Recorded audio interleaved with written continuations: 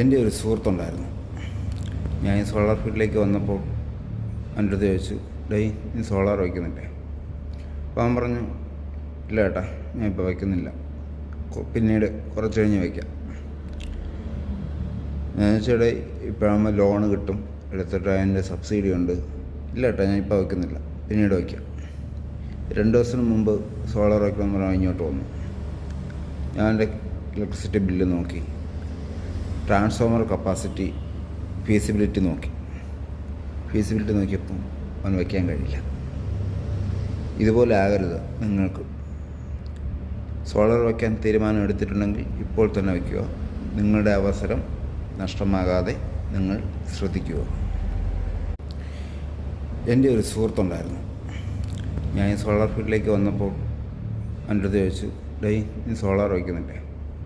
അപ്പോൾ അവൻ പറഞ്ഞു, ഇല്ല ഏട്ടാ, ഞാൻ ഇപ്പോൾ വയ്ക്കുന്നില്ല, പിന്നീട് കുറച്ച് കഴിഞ്ഞ് വയ്ക്കാം. ഞാൻ ചോദിച്ചേ, ഇപ്പോഴാകുമ്പോൾ ലോണ് കിട്ടും, എടുത്തിട്ട് അതിൻ്റെ സബ്സിഡി ഉണ്ട്.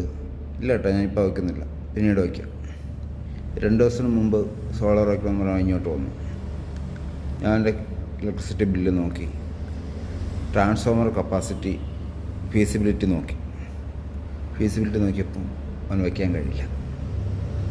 ഇതുപോലെ ആകരുത് നിങ്ങൾക്ക്. സോളാർ വയ്ക്കാൻ തീരുമാനം എടുത്തിട്ടുണ്ടെങ്കിൽ ഇപ്പോൾ തന്നെ വയ്ക്കുക. നിങ്ങളുടെ അവസരം നഷ്ടമാകാതെ നിങ്ങൾ ശ്രദ്ധിക്കുക.